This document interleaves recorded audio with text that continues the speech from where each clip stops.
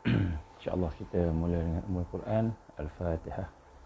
A'udzubillahi minasyaitonirrajim. Bismillahirrahmanirrahim. Alhamdulillahi rabbil alamin arrahmanirrahim maliki yaumiddin.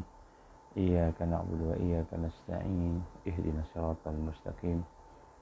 Siratal ladzina an'amta 'alaihim ghairil maghdubi 'alaihim waladdallin. Amin.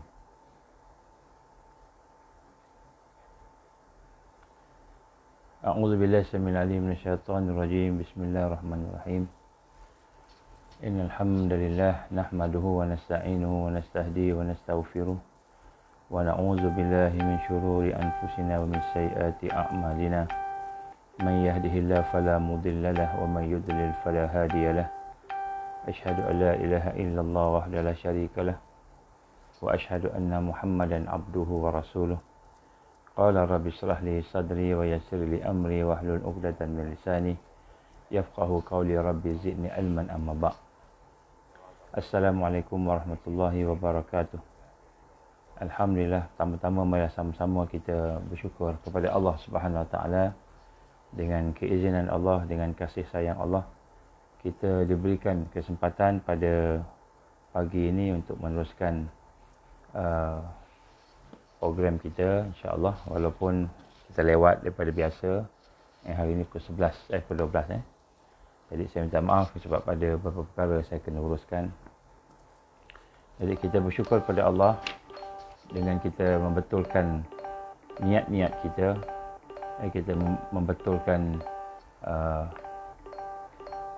matlamat kita supaya segala yang kita lakukan itu menjadi satu ibadah kepada Allah Subhanahu Wa Taala, menjadi ibadah, dan kita sama-sama ingin membetulkan segala perasaan kita, kerana dalam tarbiyah Islam perkara yang sentiasa ditekankan ialah kita melihat kepada hati kita, hati kita, dan hati kita ni hendak kita isi dengan keredaan Allah Subhanahu Wa Taala. Dan kalau kita lihat bahawa untuk kita mendapat keredaan Allah itu, mestilah kita mengenali Allah. Kita mesti kenal Allah. Macam mana nak kenal Allah? Kita nak kenal Allah dengan kita berfikir, dengan kita berzikir, berfikir dan berzikir. Sehinggalah satu peringkat nanti kita akan dia akan bermula dengan berzikir dan berfikir. Tujuan berzikir dan berfikir itu ialah kita nak serapkan di dalam apa namanya kehidupan kita ini akan sifat-sifat Allah Subhanahu Wa Taala. Ada gangguan suara ke?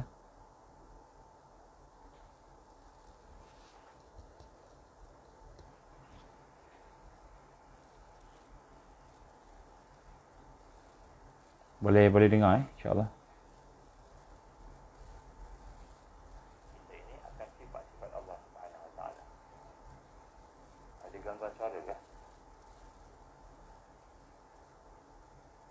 That's okay insya-Allah.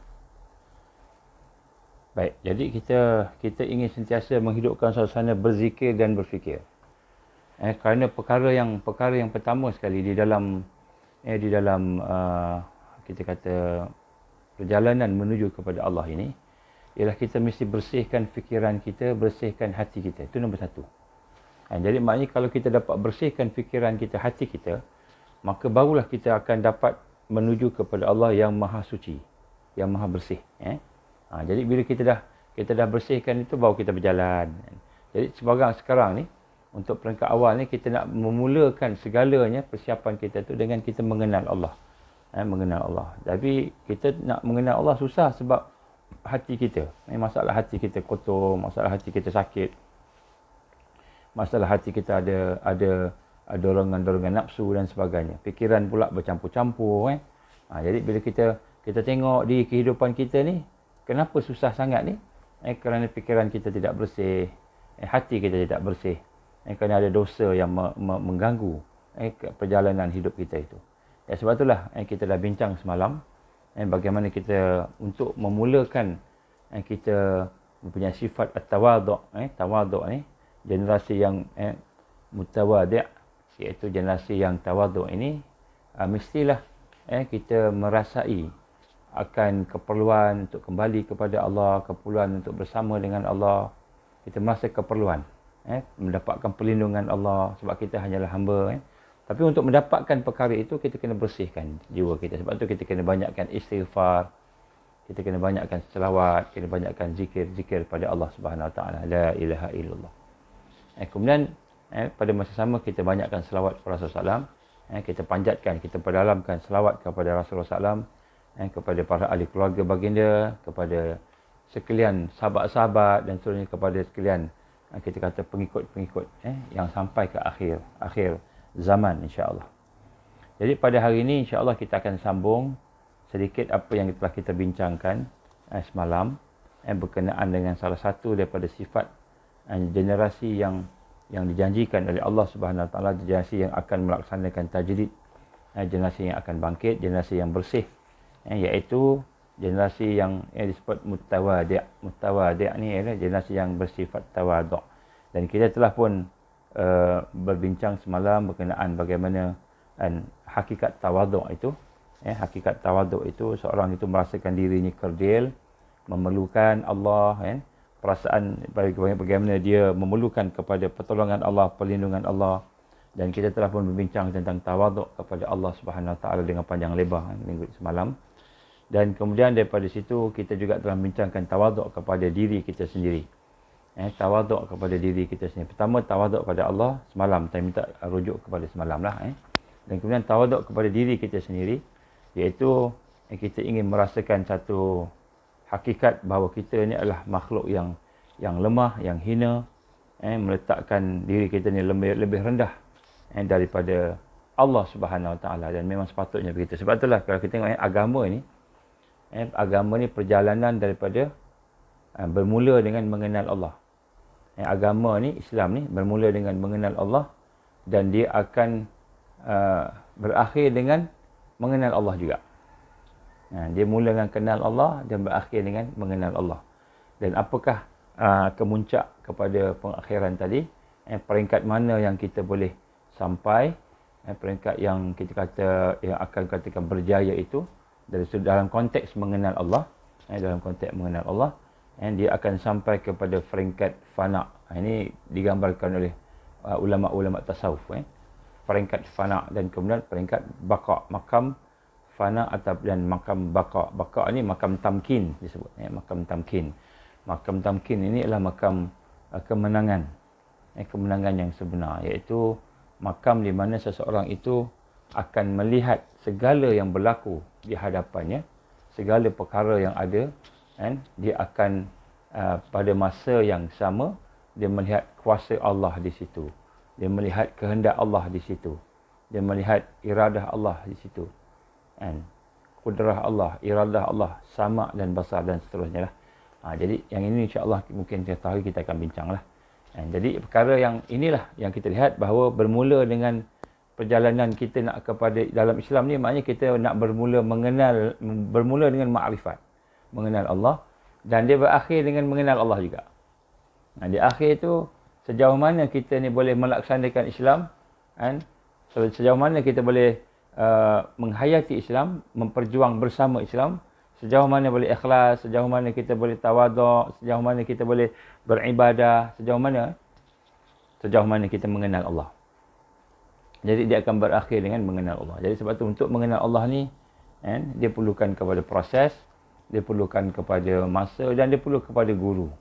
Dia perlu kepada guru. Jadi insya-Allah barulah kita akan mengenal Allah Subhanahu Wa Taala dengan betul. Jadi kenapa kita perlukan kepada panduan-panduan itu? Kerana memang hakikatnya kita ni hina, kita ni lemah.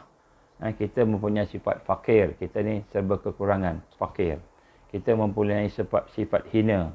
Kita mempunyai sifat-sifat yang bahawa kita ni terbatas, tak boleh nak buat apa-apa melainkan dengan izin Allah. Kita mempunyai sifat-sifat bahawa kita ni adalah dhaif, lemah. Jadi semua ini adalah merupakan sifat-sifat asal kita. Kalau kita kaya, sebenarnya kita bermula dengan miskin. Kalau kita sehat, bermula dengan sakit. Dengan ada, bermula dengan tiada contohnya. Jadi maknanya semuanya bermula dengan kelemahan. Jadi bila kita merasakan kelemahan itu, maka kita pun hendaklah merendahkan diri. Dan kita merendahkan diri kepada diri kita sendiri, iaitu kita merendah diri kepada diri kita dengan kehinaan yang ada pada kita. Kita rasa diri kita lemah. Kita rasa diri kita lemah dan kita memerlukan kepada Allah Subhanahu wa ta'ala. Jadi kita tidak menyombong diri kita.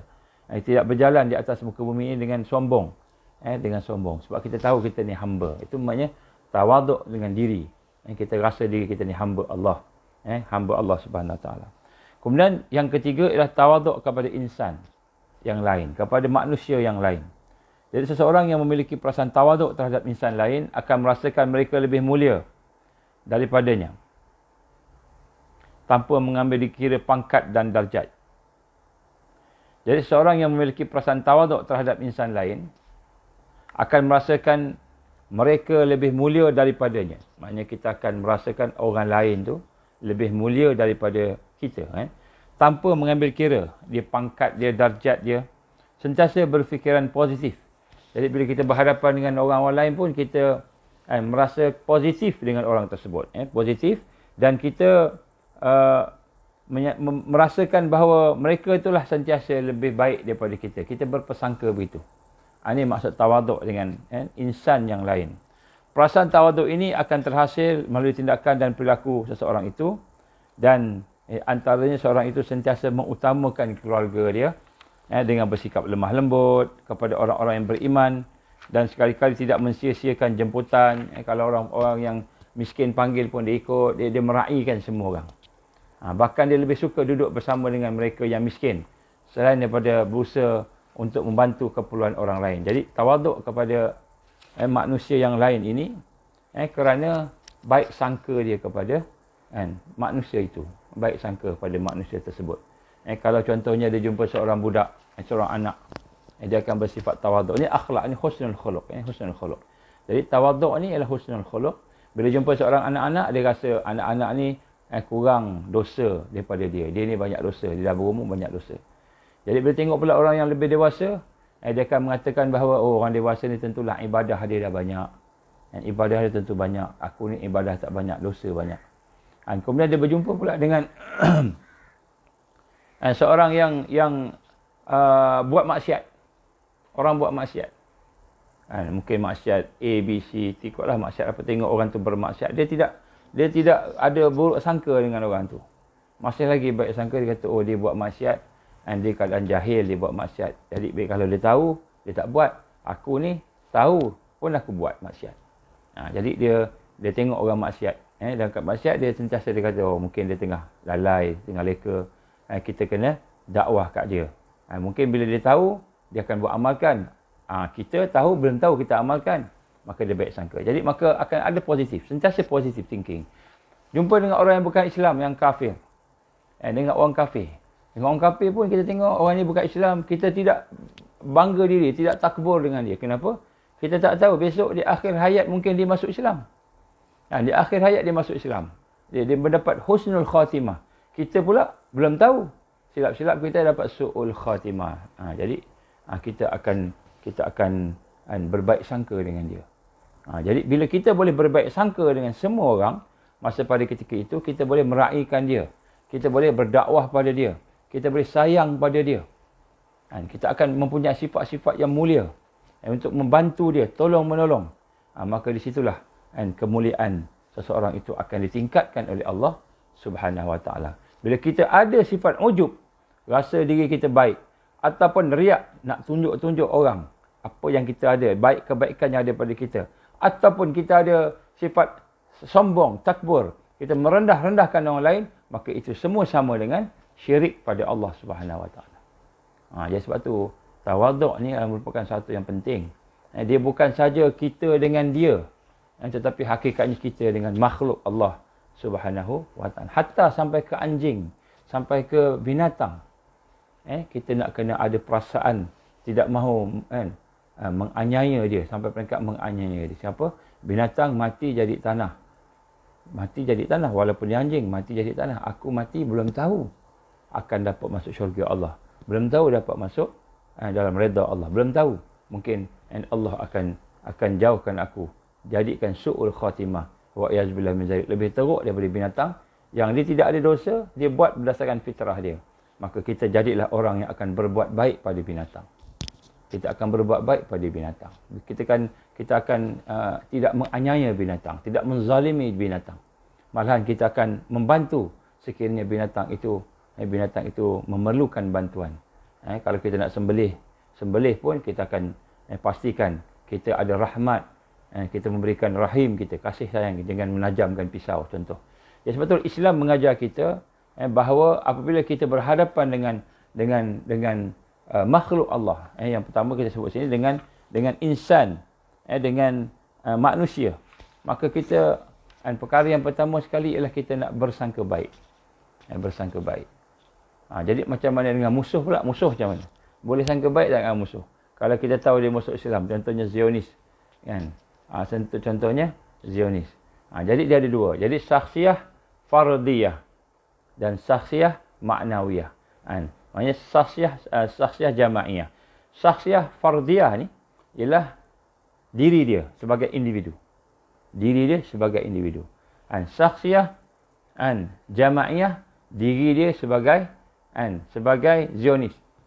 Fikrah dia, kefahaman dia, peperangan dia. Jadi apabila seseorang itu kita tahu musuh Islam, maka kita wajib berhati-hati dengan dia. Wajib berhati-hati. Macam mana cara berhati-hati? Kita tidak meletakkan dia sebagai jadi kawan rapat kita. Tak boleh. Jadi kawan rapat tak boleh.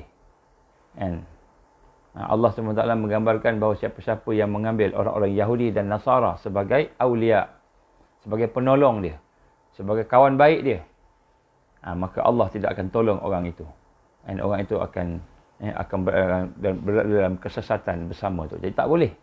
Tak boleh. Jadi kita tidaklah kita kata kita secara insan, secara fardiyah, secara individu, kan, kita taklah sombong-sombong dengan dia, tetapi secara saksiah, secara Islam yang kita kata secara jamaah kita membawa saksiah Islam, kepribadian Islam, maka kita kena berhati-hati. Kalau kita tahu dia musuh, wajib berhati-hati. Allah SWT perintahkan kita supaya berhati-hati. Jadi dalam hal ini kenapa? Kerana mereka memerangi kita. Bila musuh, dia perang kita. Jadi dalam hal ini, dalam akhir zaman, kita tidak boleh nak kata dengan orang tu kita kena ni. Sebab perang ni lain. Kalau orang yang dah perang dengan kita ni, kita kena bukan saja berhati-hati sebenarnya. Kita kena jaga maslahah, keselamatan dan sebagainya. Jadi yang ini kita kena tengoklah. Tapi kalau manusia sebagai peribadi, sebagai manusia sebagai ni, kita kena ada perasaan-perasaan kasih sayang masih ada. Kasih sayang, baik sangka kena ada. Kerana itulah bermulanya. Di situlah bermulanya apa digambarkan sebagai apa namanya kita kata dakwah. Saya bagi satu contoh, satu ketika Nabi Allah Ibrahim AS. Nabi Ibrahim satu ketika duduk kat rumah elok-elok, datang seorang pengemis, seorang pengemis. Orang pengemis ni orang bukan Islam. Dia bukan Islam, dia tak ikut agama Nabi Allah Ibrahim AS. Dia menyembah berhala dan sebagainya. Maka dia datang. Dia minta makanan. Dia minta makanan. Jadi Nabi Ibrahim kata apa? Nabi Ibrahim pun kata nak bagi, tapi dia nak dakwah, nak tegur. Dia kata, kenapa engkau minta makanan kat sini? Kan? Mintalah makanan kat berhala tu. Lebih kurang macam itulah. Minta makanan kat berhala. Mintalah makanan kat Tuhan kau. Macam itulah lebih kurang. Kan? Engkau ni tidak menyembah Tuhan yang betul. Macam itulah lebih kurang. Jadi akibat daripada tu, pengemis tu kata apa? Pengemis kata, kalau engkau nak suruh aku masuk agama engkau, kan? Tak apalah, aku tak makan pun tak apa. Maka pengemis tu pun keluar. Jalan lah. Tiba-tiba Allah tegur Nabi Ibrahim AS. Dan Allah menegur Nabi Ibrahim AS kerana Nabi Ibrahim AS tidak bersifat mengasihi, menyayangi orang tersebut. Dia menegur, dia macam tak nak bagi kan. Bukan tak nak bagi, nak dakwah. Sebenarnya nak dakwah, tapi cara tu. Jadi Allah SWT berfirman kepada Nabi Ibrahim AS, apakah engkau akan menolak seseorang yang aku telah bagi rezeki pada dia. Jadi dia ni dah kafir dah. Dia jadi orang kafir selama puluh tahun. Mungkin dah 60 tahun, 70 tahun. Maknanya dah puluh tahun mengingkari Allah. Mengingkari Allah. Tapi Allah ada sifat Rahman dia. Sifat kasih dia. Maka Allah bagi dia makan. Allah bagi dia umur. Bagi dia kesihatan. Bagi semua. Supaya apa? Supaya dia ni mudah-mudahan kan, kita sebut sini lah. Supaya dia dapat hidayah Allah satu hari. Dan supaya dia ni kan, dia hamba Allah. Yang Allah sayang. Maka siapakah engkau untuk menghalang rezeki? Ataupun tak nak bagi makan kat dia kan. Sedangkan aku mengasihi semua hamba-hambaku. Jadi Nabi Ibrahim AS pun kejar balik. Kejar balik. Pengemis tadi kejar balik. Maka dia pun bagi makan sebagainya. Pengemis kata, kenapa kau tadi kau kata tak nak bagi makan sebagainya kan? Ya sebenarnya minta maaf, aku salah, aku silap. Tuhan aku memerintahkan aku berkasih, kita ini berkasih sayang. Nah aku bagi makan. Saya minta maaf lah. Dia pun rendah diri bagi makan. Akhirnya kan pengemis dia masuk ikut agama Nabi Allah Ibrahim AS. Ikut agama Nabi Allah Ibrahim. Nak tunjuk sini kalau kita kata orang kafir ni, orang kafir tak payah buat ni, tak payah tolong apa semua kan. Jadi sebenarnya kita tengok Allah tolong. Allah tolong orang yang bukan Islam ni. Allah bagi dia makan, Allah bagi dia minum, Allah bagi dia hidup, Allah bagi kesihatan. Tiba-tiba kita pula kata tak payah. Kita hanya bagi tolong orang Islam je. Orang Islam je. Jadi sinilah kita lihat bagaimana sifat tawaduk yang diajar oleh Allah Subhanahu Wa Taala kepada kita, sehingga kita ni sentiasa berbaik sangka, sentiasa menolong dan membantu walaupun bukan Islam. Kita ada rahmat kita ada kasih sayang kita. Sebab tu Islam ni yang rahmatul lil alamin tu kan, itu memberi rahmat kepada sekalian alam ini. Maknanya kita sentiasa baik sangka, kecuali musuh saya sebut tadi. Musuh ni kita kena berhati-hati. Kita kena berhati-hati. Jadi sebab itulah orang yang tawaduk dengan insan, dengan manusia yang lain, memiliki perasaan positif pada dia, sentiasa berbaik sangka dengan dia, menolong dia, bersifat lemah lembut pada dia, terutamanya kepada musuh kita.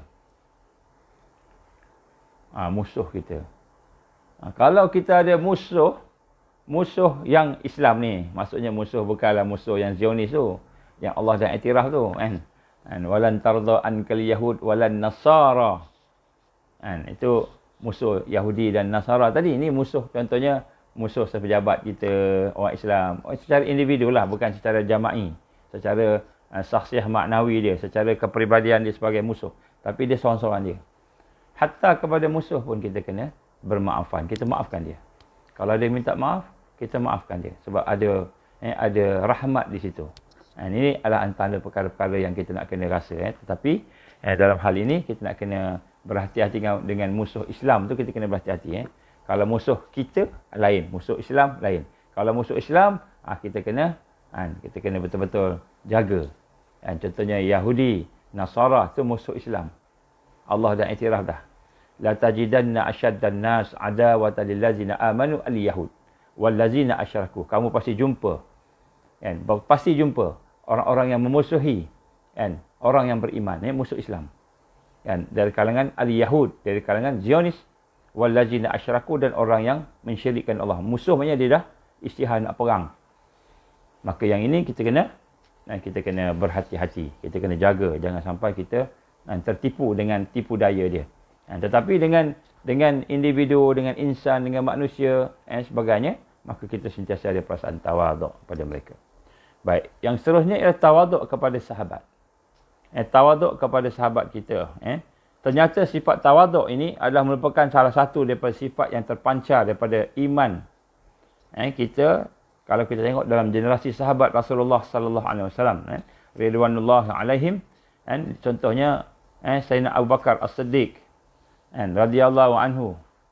Walaupun dia dah menjadi Amirul Mukminin, tapi dia masih terus aktiviti dia memerah susu kambing. Dia kerja dia lah, salah satu dia perah susu kambing jiran dia.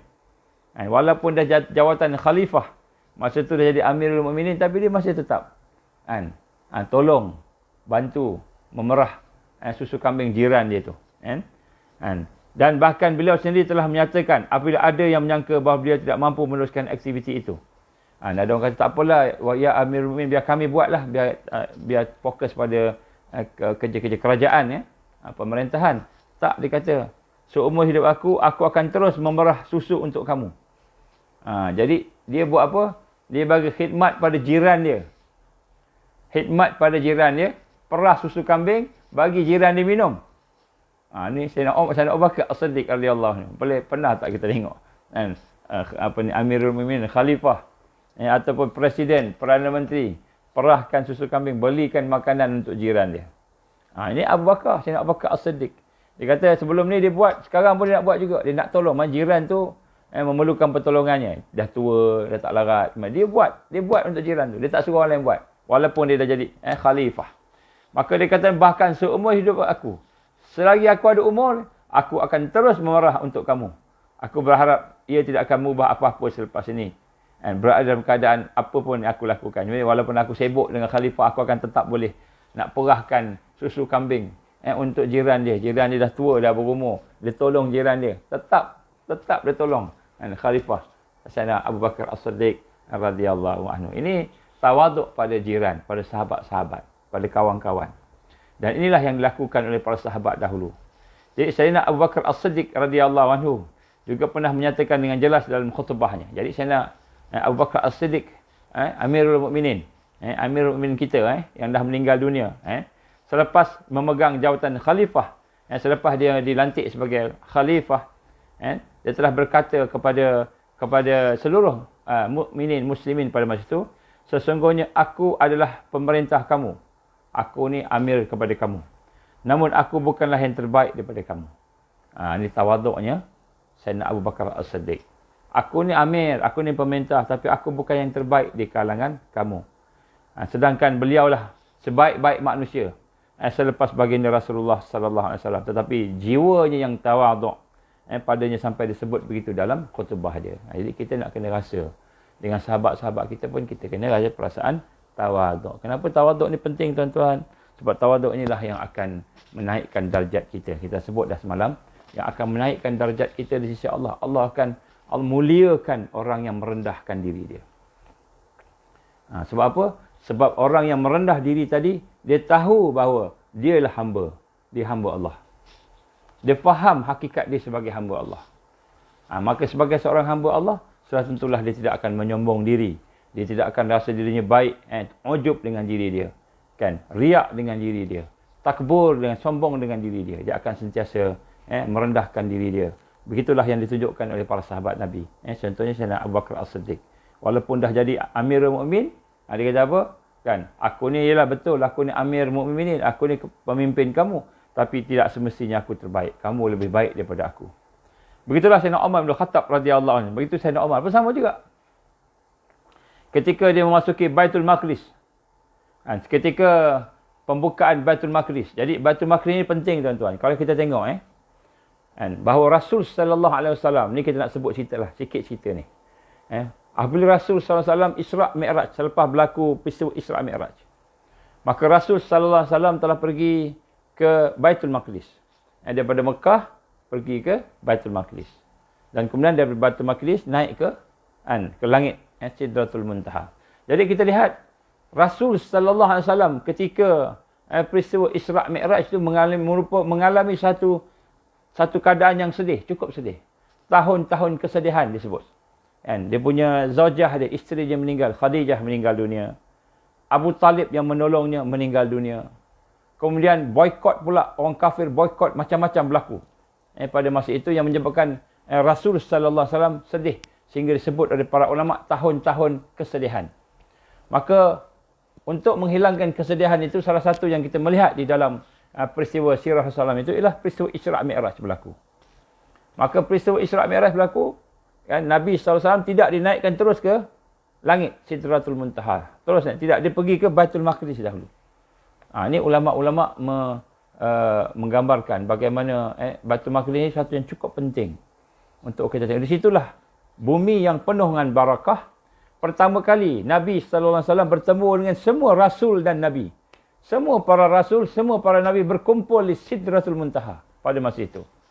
Malahan Nabi SAW berjumpa dengan Rasul dan Nabi tadi, solat secara berjemaah, dan Nabi SAW jadi imam kepada semua para Rasul dan Anbiya. Ini satu peristiwa yang Nabi tidak akan lupakan. Peristiwa yang paling indah Kenapa paling indah? Sebab Nabi SAW bertemu dengan manusia-manusia yang terbaik sepanjang zaman. Sepanjang zaman, inilah manusia terbaik. Rasul dan Nabi pada zaman-zaman tersebut, pada tempat-tempat yang tersebut. Jadi maknanya, digambarkan sini, itulah peristiwa yang menjadi kenangan yang manis kepada baginda Rasulullah SAW. Sehinggalah baginda dinaikkan ke langit, bertemu dengan Allah, dan akhirnya kita dapat tahu cerita dia. Akhirnya pulang bersama dengan solat 5 waktu sehari semalam. Jadi, dalam sirah ni, dalam sejarah, menunjukkan kepada kita bagaimana bila Nabi SAW balik saja daripada Isra' Mi'raj, selain daripada dia membawa kita kata solat 5 waktu sehari semalam dan kisah-kisah Isra' Mi'raj tadi, baginda SAW juga membawa satu pemikiran, satu perasaan bahawa dia mahu membebaskan Baitul Maqdis. Dia mahu membebaskan Baitul Maqdis daripada Rom ataupun daripada Nasara yang pada masa itu menguasai. Maka sebab itulah kita lihat apa yang berlaku selepas daripada Isra' Mi'raj itu, maka sebenarnya Nabi bukan hanya berdakwah, tetapi Nabi membina kekuatan.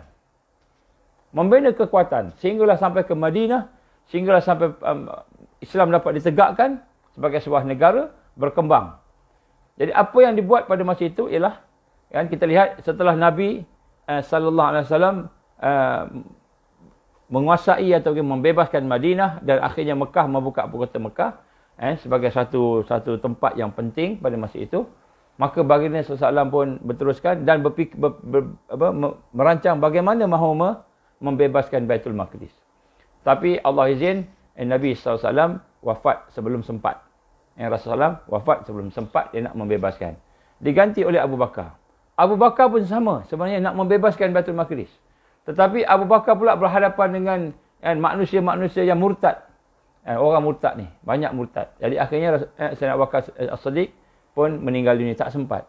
Umar, bila Umar keadaan dah tenang, keadaan orang murtad dah dikalahkan, Musalamah dah dibunuh dan sebagainya, dah kalah semua. Jadi dalam keadaan tenang, perkara yang pertama diarahkan oleh Umar ialah pergi ke arah Syam.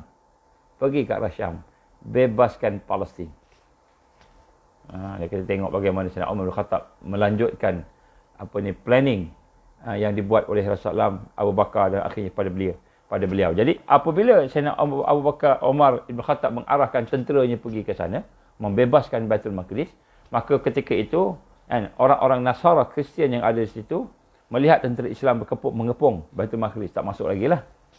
Maka pada ketika itu salah seorang padri membaca dalam dia punya Injil dia, menyatakan bahawa satu ketika akan Baitul Maqdis ini akan dipimpin oleh seorang pemimpin yang sifatnya begini, dan sifat itu ada pada Umar bin Khattab radhiyallahu anhu.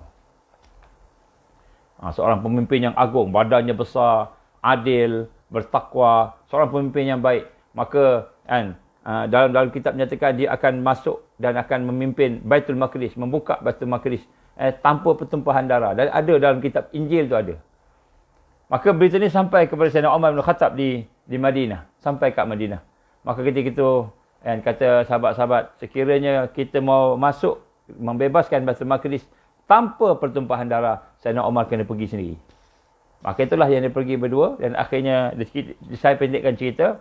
Apabila telah sampai ketika waktu nak masuk ke dalam Baitul Maqdis tu, kan, giliran Sayyidina Umar duduk bawah, sahabat yang seorang tu naik atas unta dia. Jadi giliran. Maka sahabat kata, ya Amirul Mukminin, dengan khadam dia, ya Amirul Mukminin, sesungguhnya kita telah hampir kepada Baitul Maqdis ni, dan biarlah saya saja yang menarik unta, kamu yang naik sebab kamu khalifah. Malulah, kan? Khalifah berjalan, khadam dia naik atas. Ternyata giliran khadam tadi itu menaiki kenderaan tersebut ataupun kunta tadi. Lalu khadam pun tersebut tidak mahu menunggang, dia kata biarlah Umar. Umar kata apa? Apa Umar kata? Umar kata sesungguhnya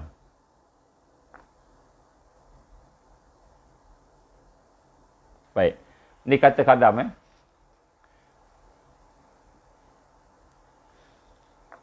Maka pada ketika itu Abu Ubaidah Al-Jarrah yang merupakan pembesar di kota Syam sebelum pergi ke Palestin. Dia masuk ke Syam dulu.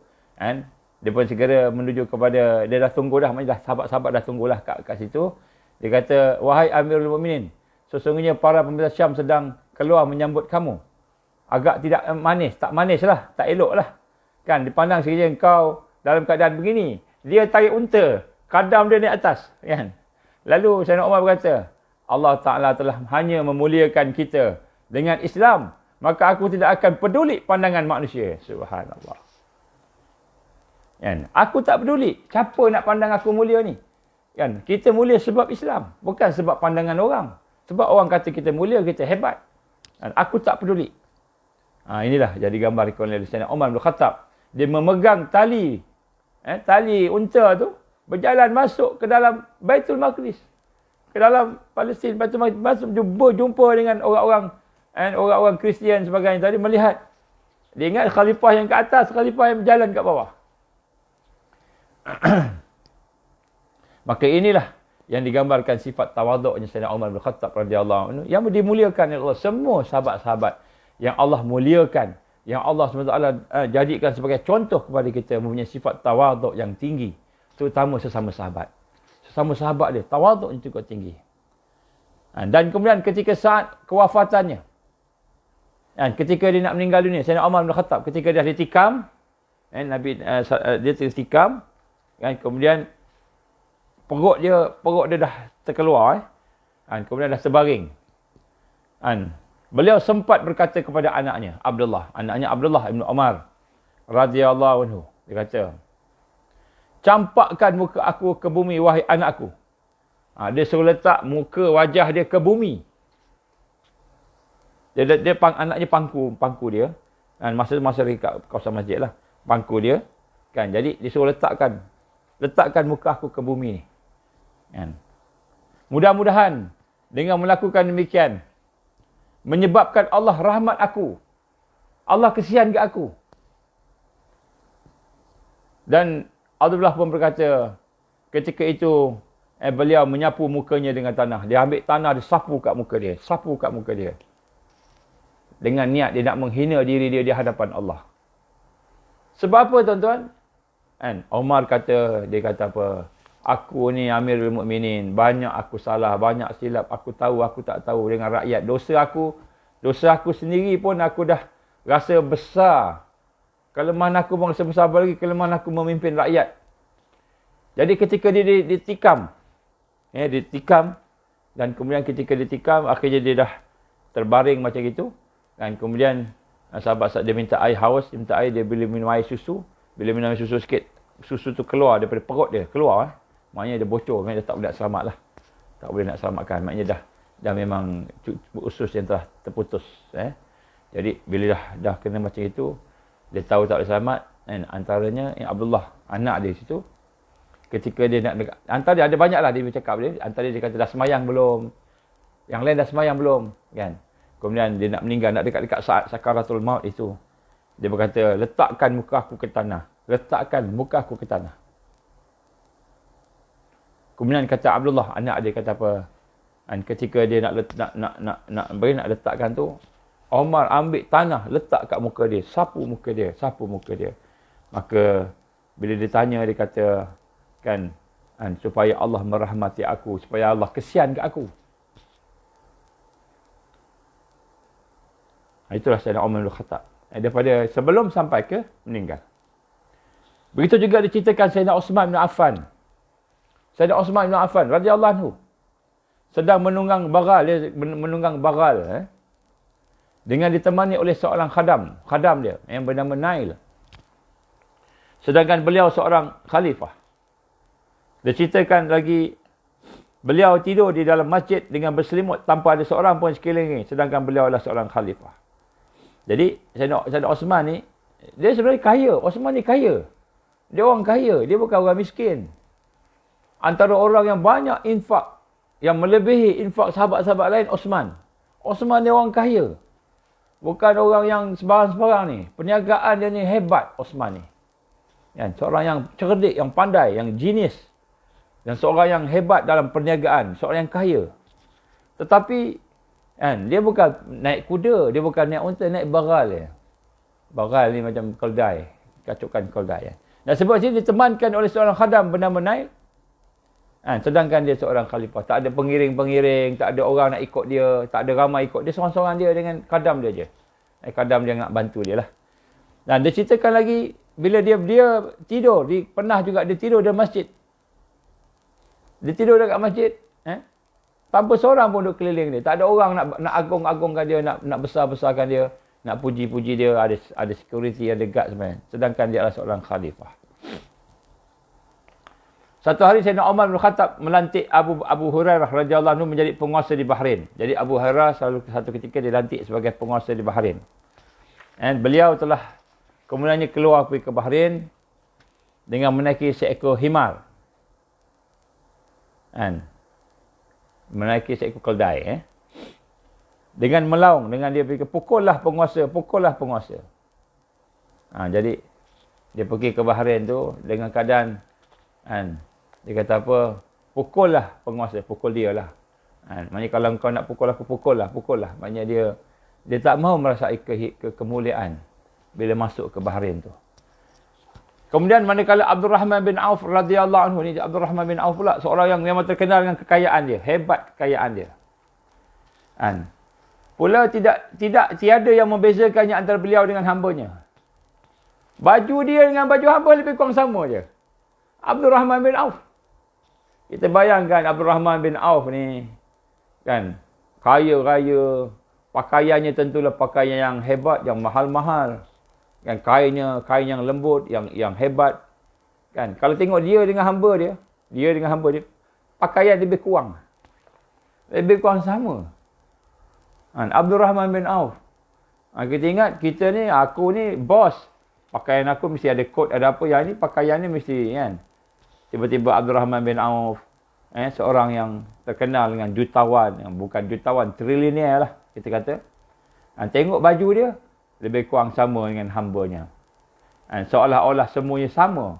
Menggambar betapa tawaduknya dia dengan hambanya. Walaupun dia ada hamba, tapi tawaduk kepada hamba dia. Dia pakai baju lebih kurang sama macam mana pakaian hambanya. Walaupun dia seorang yang sangat kaya.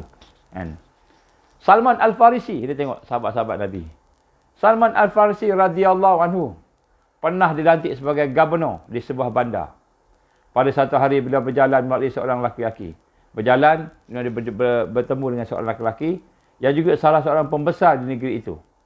Salah seorang juga orang besar lah di negeri tersebut. Maka lelaki itu menyangka bahawa Salman adalah seorang pembawa barang.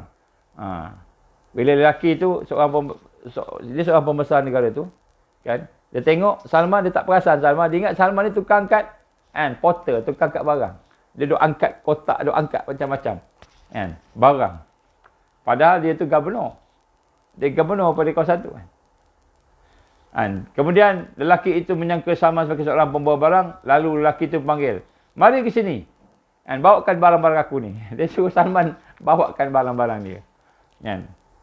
Lalu Salman pun ambil barang-barang tersebut. Tak cakap apa, ambil. Terus dia angkat. Orang ramai bertemu dengan Salman terkejut. Mungkin pembesar tu tak kenal dia. Terkejut. Melihat keadaan demikian dan minta supaya dibawa. Jadi orang ramai minta nak ambil barang daripada gubernur. Nak minta ambil barang daripada gubernur. Jadi orang ramai tengok gubernur angkat barang. Jadi orang ramai yang ada itu terkejut dan minta supaya barang tu mereka yang ambil.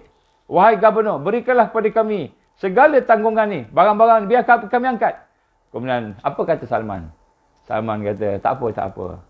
Dia menolak permintaan mereka. Lalu barulah lelaki itu sedar bahawa dia telah menyuruh gubernur. Aku telah mengerjakan, mengenakan bagian gubernur. Maknanya dia telah menyuruh gubernur untuk angkat barang dia.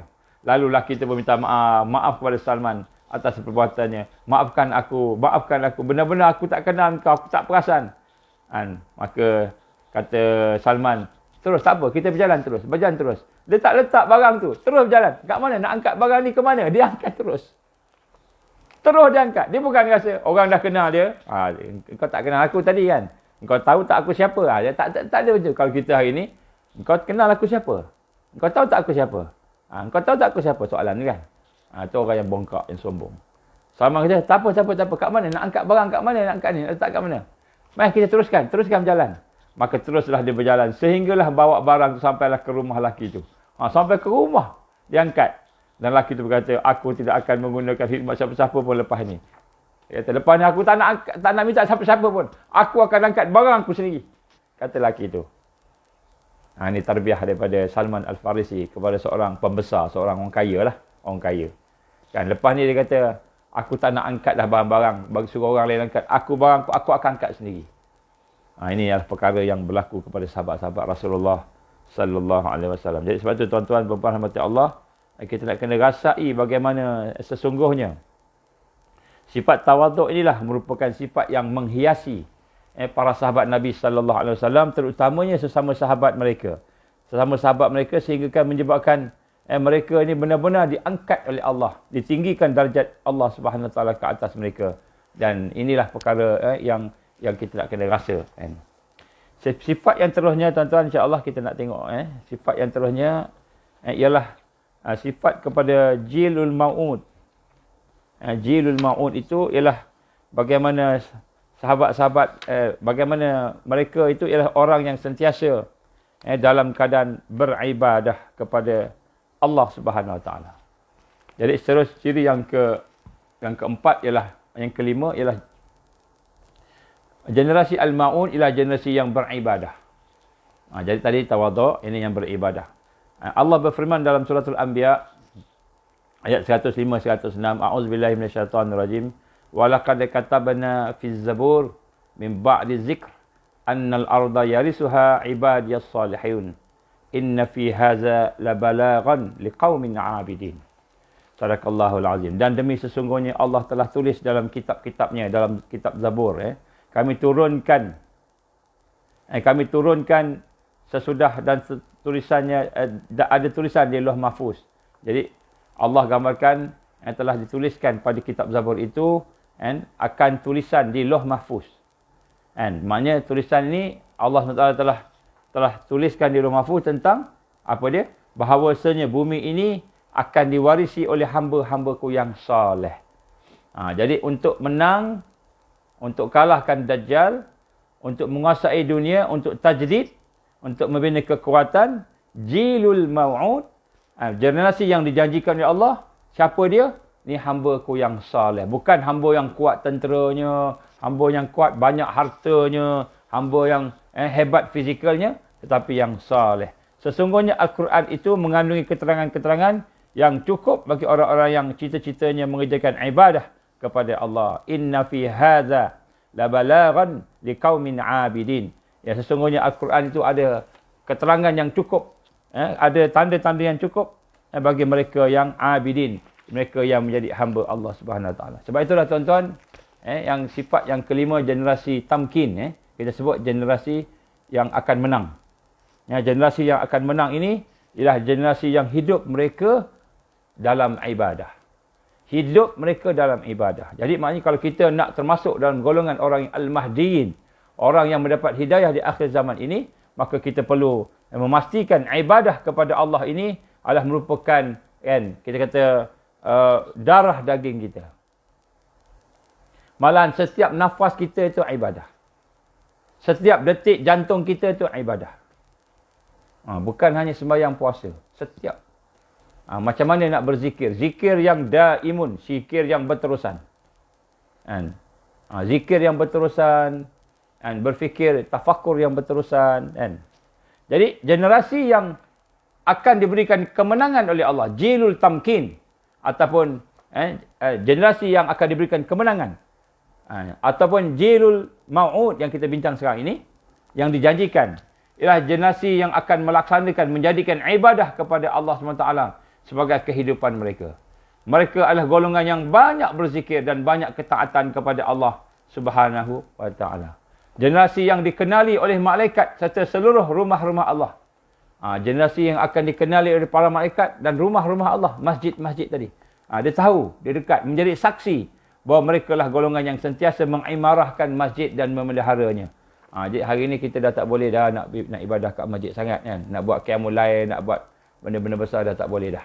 Jadi kita dapat tahu pihak yang di Pertuan Agong telah pun melantik beberapa orang sebagai penasihat untuk mengakhirkan darurat. Ada beberapa orang dilantik. Jadi mudah-mudahan penasihat-penasihat yang dilantik itu akan memberikan nasihat yang mantap, yang sesuai dengan kehendak Al-Quran dan Sunnah Rasulullah SAW, yang sesuai dengan kehendak Islam, kehendak Allah. Salah satunya lah membuka masjid. Salah satunya membuka masjid. Masjid ni, tuan-tuan kata Allah, bila kita tutup masjid, bila kita menghalang orang pergi masjid dengan sebab ketakutan kepada dunia, ketakutan kepada sesuatu yang kecil, maka dia adalah merupakan satu dosa yang besar. Satu dosa yang besar. Kita kena tengok semula lah. Tengok semula. Sebab di tempat lain tak apa pula. Kan? Di tempat lain tak apa. Tidak ada pula perkembangan-perkembangan yang apa? Kita kata yang rosak. Sebab hadis Nabi kita apa? Bila sampai balak bencana, bila ada balak bencana, bila ada kesusahan, kamu pergi masjid. Nabi suruh kita pergi masjid bila susah. Tiba-tiba hari ini masjid tak boleh pula nak pergi bila susah. Patutnya kita lebih percaya kepada Allah Subhanahu Wa Taala, lebih percaya kepada hadis Nabi yang memerintahkan supaya menghidupkan masjid, kan. Malahan kalau ikut SOP-nya, orang kat masjid tu lebih ikut SOP daripada orang yang ada di kelab-kelab malam. Ataupun orang yang ada di tempat-tempat lain. Tapi kelab malam boleh pula pergi. Kan, boleh pula pergi, boleh pula sampai 10 malam, Wallahu a'lam. Jadi ini antara luahan rakyat, luahan rakyat. Saya banyak jumpa orang memang semua komplain. Silap-silap kalau PRU 15, silap-silap rakyat tak sokong dah. Mereka adalah golongan yang sentiasa melaksanakan solat di awal waktu. Kita nak buat solat awal waktu pun tak boleh. Tak semua orang boleh pergi dah. Tak semua orang pergi. Setengah-setengah tempat tu kalau Selangor ni mungkin hanya berapa orang aja boleh pergi. Kan? Tak boleh nak semua. Kita nak pergi tengok-tengok dah tak boleh masuk. Ada polis pula kadang-kadang jaga di situ. Kan? Tetapi orang yang berabadiah ini semua merupakan benda-benda yang kita kena fikirkan. Mereka sentiasa melaksanakan solat di awal waktu, memelihara setiap perkara yang sunat. Kita buat yang sunah-sunah. Mereka juga tidak pernah melepaskan qiyamul lail biarpun jasad mereka dalam keadaan lemah, sakit. Walaupun lemah, sakit. Jadi generasi yang diberikan kemenangan oleh Allah adalah generasi yang tidak tinggalkan solat malam. Ini kita kena ingat diri kita lah, sama-sama. Mereka punya wirid yang diamalkan.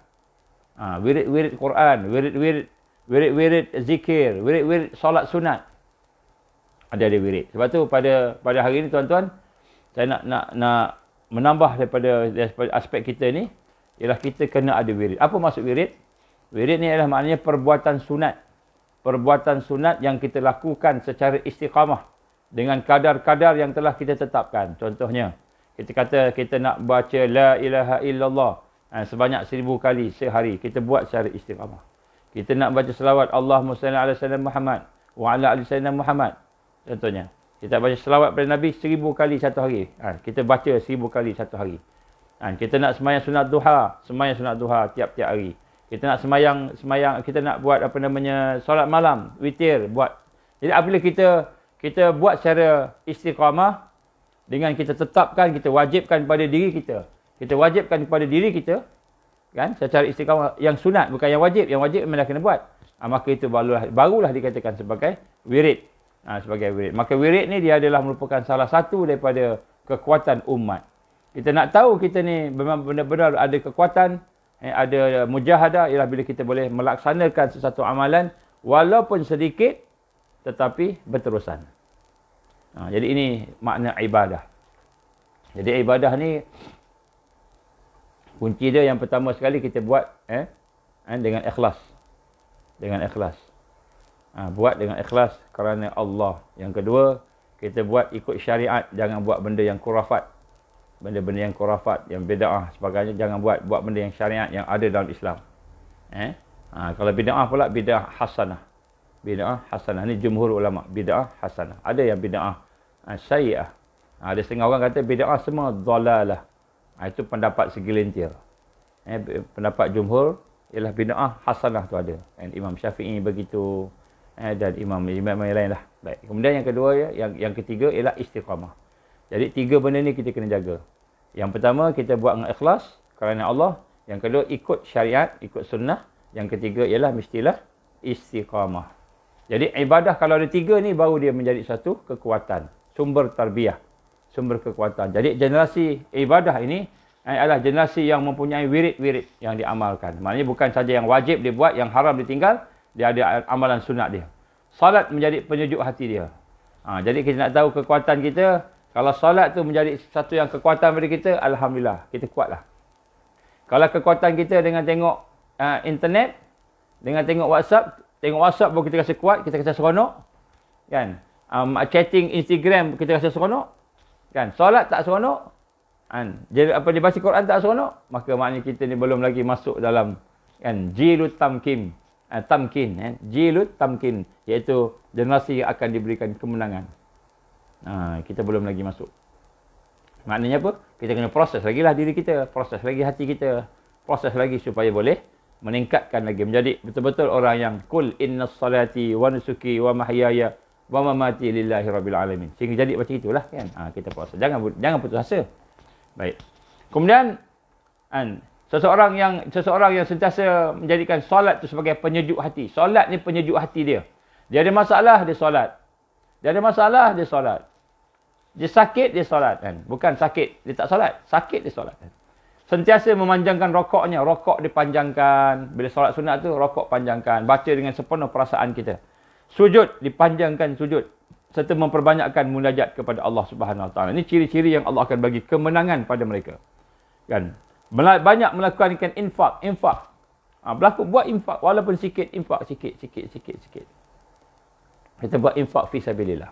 Kita banyak infak pada jalan Allah Subhanahu Wa Taala. Kita berpuasa dan berdoa kepada Allah Subhanahu. Ini antara perkara-perkara yang perlu kita lakukan. Jadikan wirid, wirid.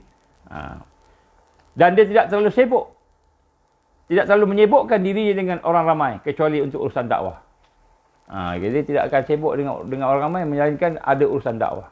Dia bukan sibuk untuk berpesta. Dia sibuk juga untuk buat projek kan. Dengan orang ramai, projek dunia. Dia orang ramai, dakwah. Ini adalah generasi yang akan diberikan kemenangan oleh Allah Subhanahu Wa Taala. Insya-Allah kita akan sambung lagi yang ini, dan insya-Allah tuan-tuan Allah kita akan cerita pula esok insya-Allah sekiranya diizinkan oleh Allah, kita akan cerita bagaimana sifat-sifat ibadah sahabat. Contoh-contoh ibadah sahabat, dan insya-Allah bila kita melihat ibadah sahabat itu, mudah-mudahan Allah SWT akan memberikan kepada kita kekuatan untuk mencontohinya. Tuan-tuan Allah, Allah gambarkan kepada kita bahawa dijadikan kita untuk tujuan supaya kita boleh beribadah padanya. Wa ma khalaqtul jinna wal insa illa liya'budun. Tidak aku, iaitu Allah, jadikan manusia, jin dan manusia melainkan untuk supaya dia berubudiah. Maka kita nak kena pastikan pada hari ini setiap yang kita lakukan itu adalah ibadah. Setiap yang kita lakukan itu adalah ibadah. Jadi insya-Allah kita akan sambung besok untuk kita tengok bagaimana memproses diri kita supaya menjadikan diri kita ini seorang yang menjadi hamba Allah. InsyaAllah kita akan proses. Kita akan bincang macam mana nak jadi ibadah ni sebagai darah daging kita. Sehingga setiap benda adalah ibadah. Kemudian yang seterusnya kita akan tengok contoh-contoh ibadah para sahabat yang mudah-mudahan menjadi contoh kepada kita, jadi model. Dan insya-Allah bila kita cuba mengikuti jejak langkah para sahabat ini, insya-Allah mudah-mudahan Allah memberikan kemenangan kepada kita. InsyaAllah saya dah sebut dah semalam berita baik kepada kita bahawa Allah akan bagi kemenangan pada kita. Dan kita doalah supaya kita termasuk dalam golongan orang yang akan menang. InsyaAllah. Tapi nanti syaitan datang bisik. Apa dia bisik? Dia kata engkau ni lemah, engkau ni malas, engkau ni apa, tak ada apa-apa kan. Tak payahlah nak susah-susah. Macam-macam bisikan dia. Jadi syaitan akan datang untuk bisik ke hati kita, kan? Bisik ke akal kita. Perasaan lemah, rasa malas. Tuan-tuan, bila kita dah mula rasa lemah ataupun malas, bila kita rasa malas tu, maknanya kita dah mula mensyirikkan Allah. Hati-hati. Bila kita dah mula rasa malas lah. Malas tu maknanya kita dah mula nak mempersekutukan Allah. Hati-hati. Kita kena mengucap lagi sekali. Bismillahirrahmanirrahim. Asyhadu alla ilaha illallah wa asyhadu anna Muhammadar Rasulullah. Asyhadu alla ilaha illallah wa asyhadu anna Muhammadar Rasulullah. Asyhadu alla ilaha illallah wa asyhadu anna Muhammadar Rasulullah. Mengucap lagi sekali. Bila kita rasa lemah, kita mengucap lagi sekali. Mari kita perbaiki. Kemudian kita baca la ilaha illallah. Baju rasa lemah, pegang, genggam tangan. Buat macam ni. Buat macam ni pun tak apa. Buat macam ni, kan? Buat macam kita memeluk Islam, kita baca asyhadu alla ilaha illallah wa asyhadu anna Muhammadar Rasulullah. Asyhadu alla ilaha illallah wa asyhadu anna Muhammadar Rasulullah. Asyhadu alla ilaha illallah wa asyhadu anna Muhammadar Rasulullah. Pegang kuat-kuat, kan? Minta pada Allah supaya ya Allah jauhkan aku daripada syirik, jauhkan aku daripada kelemahan, kemalasan, buat begitu. Sebenarnya dia ada lagi sebenarnya, tapi saya hanya boleh bercakap bila kita berjumpa aja. Bila berjumpa aja kita akan bagi insya-Allah. Tapi buat masa ni cukup kita buat situ. Kita buat kita peluk. Mengucap dua kalimah syahadah. Bila kita rasa kita dah malas, kita rasa lemah, rasa apa, buat. Ini nak lawan syaitan ni. Kita nak berada di atas kalimah syahadah sekali lagi. Kita nak mentauhidkan Allah sekali lagi. Kita nak tajdidkan syahadah kita. Kita mentajdidkan syahadah kita bila buat situ. Nanti bila kita jumpa nanti kita bolehlah bincang-bincang macam mana. Kan? Sebenarnya ada berbagai perkara yang kita nak sampaikan insya-Allah kan. Tapi kita bila jumpa kita boleh sampaikanlah.